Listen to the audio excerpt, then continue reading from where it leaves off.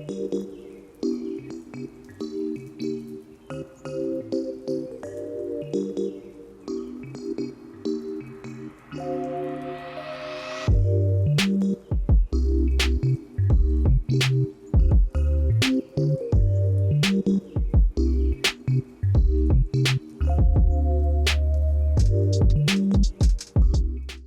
I've got here is footage from one of my past few rides down in Atlanta, local here, Atlanta, Georgia.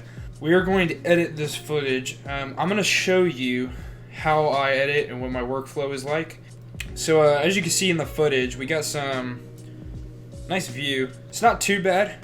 There's a lot of, my suggestion wise, there's a lot of filming styles. You can always hold the stick right in front of you and do nothing. Hold on. For anyone that does not know what an Insta360 camera looks like, you've got your selfie stick camera with one camera there, another camera there.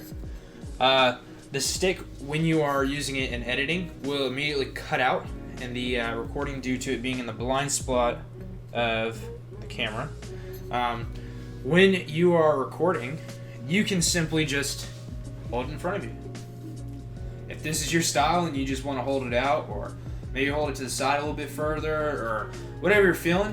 When I'm riding, I kind of like those crazier movement shots. So sometimes what I'll do is start in one corner, slowly pan around, maybe slowly swap hands, bring it back down, try to do some smoother stuff. Even if you want to, say for instance this is your OneWheel, just bring the camera right around the front of your nose of your board. You get some really cool shots following that board. When you're flying around groups of people, maybe just reach out, kind of stick it above their heads as you're going over everybody.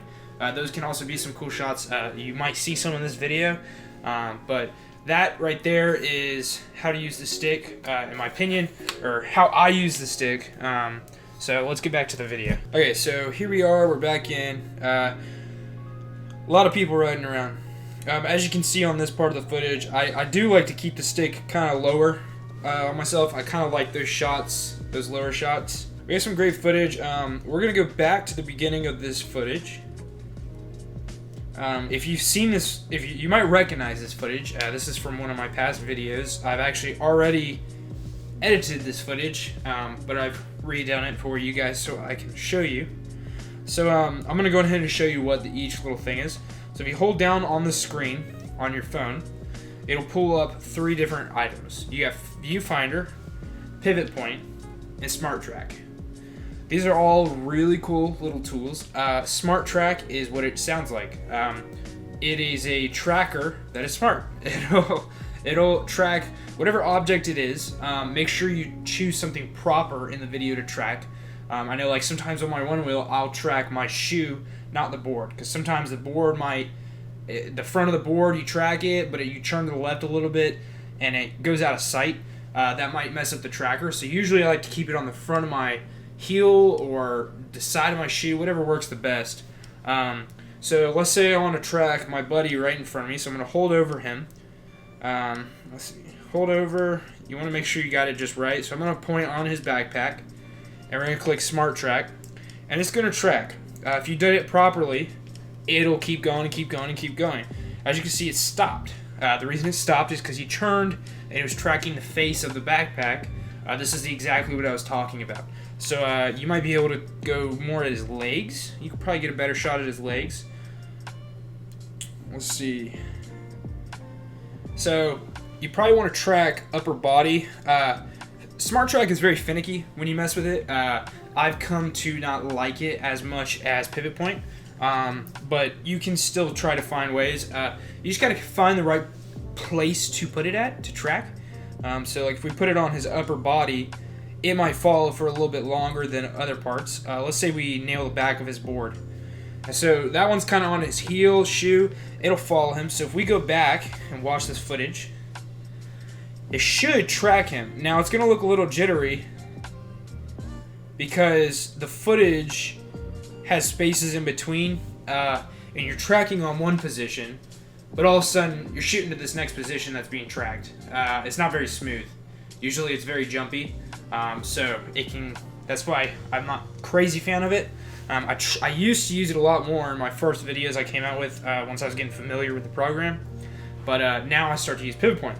Pivot Point, the way that works is, if you know anything about film or just production in general, you've got frames. Keyframes is what they call them. So you can say, hey, camera, you start over here, and you go to here, so you're going to slowly pan to this point.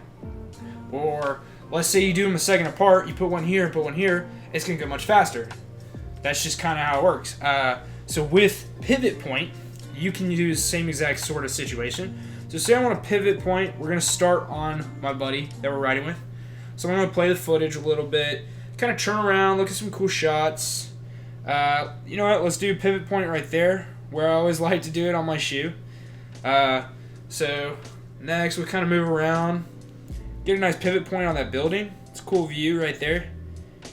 Alright, keep going a little bit more, and let's just pivot back to my buddy. So we've currently got 4 pivot points placed down. We got partner in front of me, turns around to my shoe, looks up at the building, comes back to position. If you want to, you can space them out further apart to make them be a slower transition. If you want it to be a really fast transition, you can put them closer together time-wise. So we're going to go ahead, and we're going to play this. We're slowly transitioning down to the foot, slowly moving right back up to the left, looking at the building. Cool shot right there. And then panning right back to the front. That is how pivot points work. Very simple, not hard to learn. I prefer pivot points over the smart tracking because they're not as glitchy, they're smoother, it looks nicer, and if you have any sense of shots, or you just kind of moving around and you find something, you're like, hey, that's a pretty cool shot, I like that shot. Well, make that your starting shot, or make that a shot you're going to. Do whatever you can to kind of include those together. So we'll go ahead and start right here where we're at. I'll show you what it's like to use Viewfinder. Now with Viewfinder, you can click and you can hold your phone, and if you just simply turn around, the footage turns with you.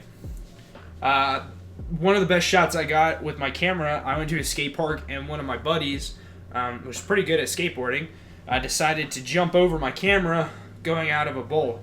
So I set down the camera and let him jump the bowl, and I used this mode to record and follow him jumping over. And it was a very smooth shot. With this mode, you can also change what it looks like, kind of in the planet mode is what they call it. So planet mode, you got planet mode. So if you hold down the recording, you can slowly slide, and you can see it's just slowly becoming more and more like a planet. You can turn it around, look around, do whatever you want. Unfortunately, on the phone, you're very limited to what you can do. But you can always aim shots of stuff, slowly pan out of stuff. Some really cool shots. Look up into the sky. Just kind of play around with it. It helps if you stand up. You can get some smoother footage. There we go. This is where you kind of look like you're inside of a little world. And we can slowly come back. Ta-da. Those are our 3 keys to making quality content on the phone. Like I said before, you are very limited to what you can do on the phone. You can still do some crazy stuff, and you can still do some awesome shots. However, you are still slightly limited to what you can do on the computer. There's a lot more room to play with. Not to mention, once you take it out of there, you can throw it into whatever editor you're really wanting to throw it into. So from here, I'll show you, with these 3 points, you cannot place one within another. So for instance, we're in Little Planet mode. I cannot use Little Planet mode and just hold it in the sky and then say, all right, well, let me do some pivot points. I want to pivot to here, to here, to here, to here, and do a circle while I'm in it. Unfortunately, you can't do that. You're going to have to hold the phone, slowly turn in circles, do whatever you need to do to make sure you get that footage if that's what you want. You kind of have to plan ahead before you start messing around. On the app, in order to get the proper footage when you go to send it out, you always want to click on this top right corner. Optimize stitching, always click that on. Show you what it looks like off. See if we can get it to load. You can't tell too much. Usually you can tell where the sun is glaring, where the stitch is. Fortunately, most footage for mine, the further away your image is, usually it's not going to have much distortion. Problem you run into is where you're holding it in your hand and your fingertips are cut off. You don't want that. So what you do is you go here, optimize stitching, let the footage run through. If you ever have problems and it seems to glitch out or something's not working right, back out of the video, come back in, try to see if it's optimized, figure out what's going on with it. On top of that, if you've got any waterproof casing or whatever, you can do the optimization for here for stitching for waterproofing. You can click download from the camera if you've got it still on your camera and you're editing there. I like to download it from my camera before I start trying to edit. It's just a hassle having a camera connected to your phone while you're trying to do that. You can do a bunch of other things on here, but for the most part, that's the main thing you want to do. Once you're done, you can go ahead and export to your album and do whatever from there. You can import to YouTube. When I am editing on my phone, I do not like doing that. I try downloading and then editing the rest of my footage through iMovie. As far as everything else goes, you can still edit little bits and pieces. You can trim up the video. You got adjustments, so if you want to change your exposure and all that, I don't do this in the app. I just like raw footage. But if you want to do it this way, you can go through there. You can import music through here. I don't like doing it on here. Like I said, I do all of my stuff outside of the app. You can either use Adobe Premiere, which is what I like to use on the computer to edit. Sometimes I used to export from my phone to my computer. Now I just export from the camera to computer and I edit on the computer.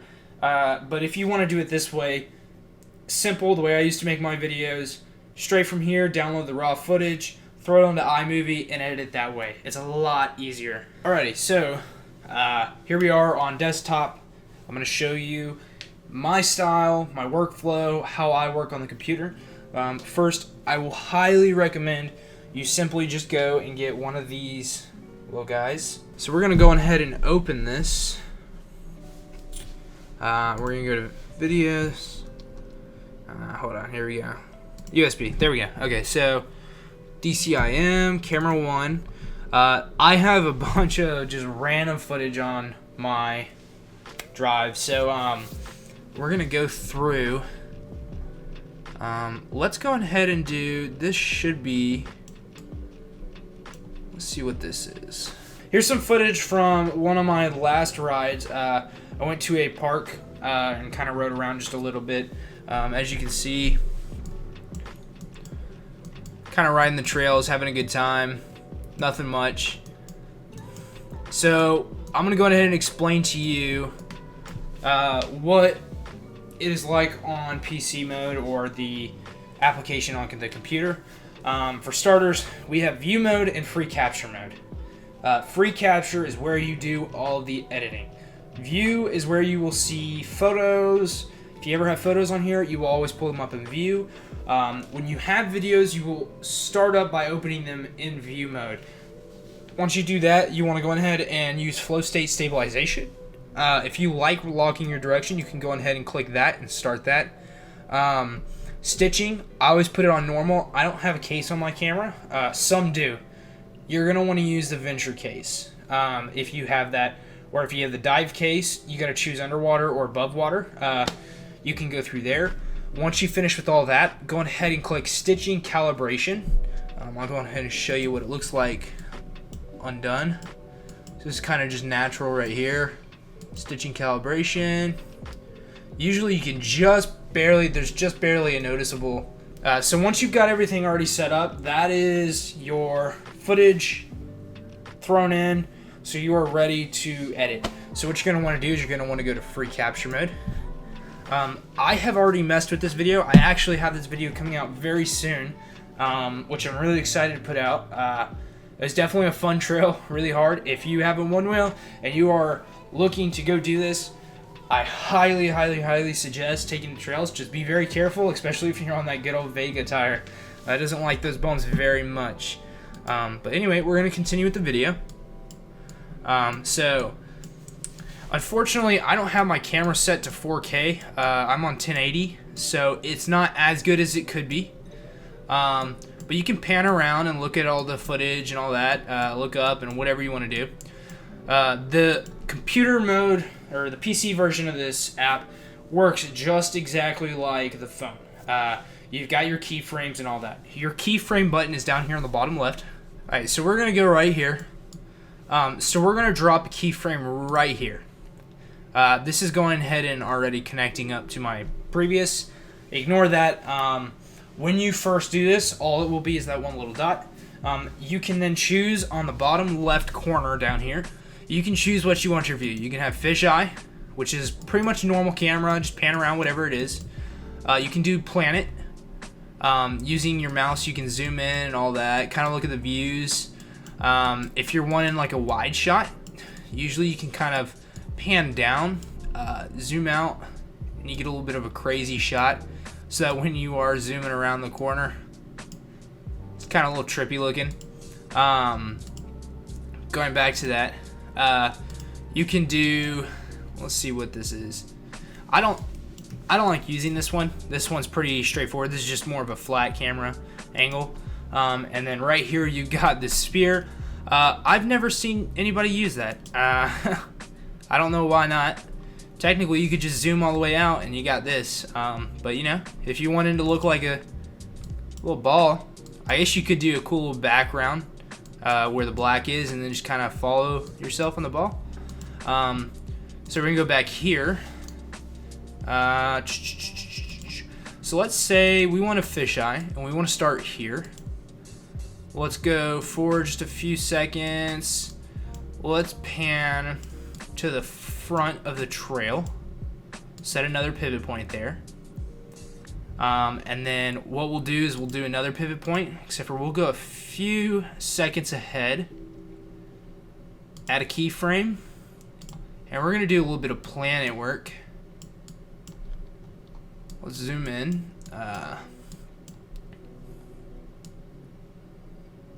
Slowly zoom out. Let's drag this out just a little bit because it's going to be a little jittery. Slowly back out. Place another spot right here. And let's just look up. Let's do a view up into the sky. A little trippy. Do something like that. That's a little crazy. A little overboard. There's me falling. Let's do another pivot point. And we'll come back here. Put that there. And we'll do one more pivot point right here. And we'll go right back to fisheye mode. And place that on me. There you go. So go back to the beginning of the video. Something important to note is that when you are placing these, wherever you turn the screen on the dot, that is where that keyframe will go to. So if you're wanting to be here, but you want to pan over here, make sure that on that first dot, the camera's facing over here. Second dot, your camera's over here, and then you put them as far apart. You put them as far apart as possible, or whatever it is that you're wanting. If you're wanting a longer distance, then you know what to do from there. There we go. Okay, so let's go ahead and watch what we just did. It's going to be a little trippy. I'm sure it will. So camera's going to slowly pan to the front of the trail, and it's going to do a smooth transition into the little world.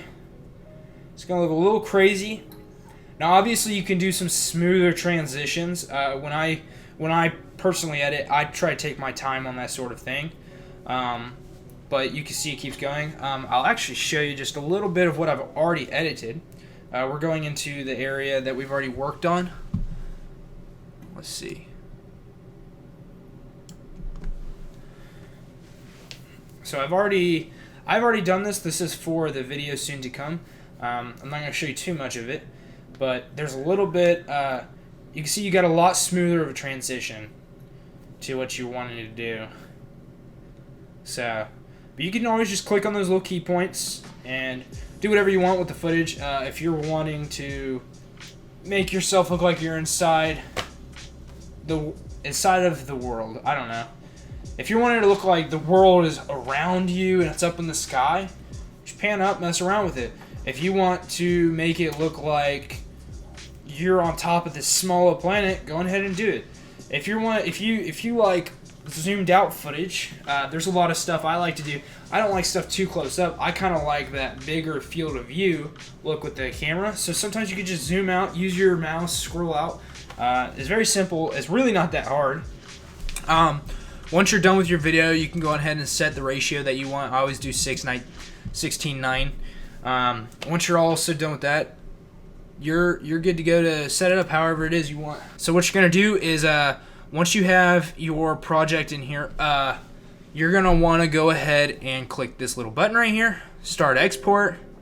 I'm not going to export it since I've already exported it, and it'll take a few minutes to export the footage since it's a little bit of a longer video. The important thing to remember is do not leave too many items in that left-hand side, because when you go to export, it's going to try to export all the files you have over there, and that is not it's not something you want to do unless you want to waste a few hours. But other than that, that's really just about it. That's pretty much the basics of how to use the computer version of Insta360. Make sure that when you go to download the software, you do download, whether you have the Insta360 One or the Insta360 One X, make sure you download the Insta360 One X 2019 version of the editor. We'll go ahead and pull up Insta360's page. Go to downloads. I've got awful internet. I apologize. So I have the Insta360 One. Normally I would click on this. You're going to want to go to the Insta360 One X. Click on that. This is going to pull you to a page of downloads. These are all different softwares you can download for it. This is the software you want. Insta360 Studio 2019 360 editing software. This software, you should be able to export any 360 footage you need. So even if you don't have an Insta360 and say you have a GoPro 360, you should be able, don't quote me on it, but you should be able to export that 360 footage and put it into this application if that's what you're wanting to do. I'm sure GoPro has their own application, which is probably much more simple, but that is entirely up to you to decide. You can download this for Mac or Windows, and from there it's pretty straightforward. Same app, if you go on the App Store and look up Insta360, you can find the Insta360 app there. For that's where you need to set up your Insta360, so you should already have that installed. If you enjoyed the video, please like and subscribe. I enjoy doing this content for you guys, just throwing out some fun little videos to watch. I always get entertainment out of it, and I love doing it for you guys. If you do want me to, I can always make another video on how I go through the in-depth editing process on whether that's cuts, how I transition, all those different things on iPhone as well as computer. Whatever is wanted the most, or I can do both. Just let me know. For future content, please consider subscribing and liking, and then ring that bell. That is the best way I can get in touch with you to let you know I've got new content out there. And like I said, if you want some more content or whatever, feel free to comment down below and let me know what you're thinking or what it is that you're wanting, and I will get right to you with that. Thank you.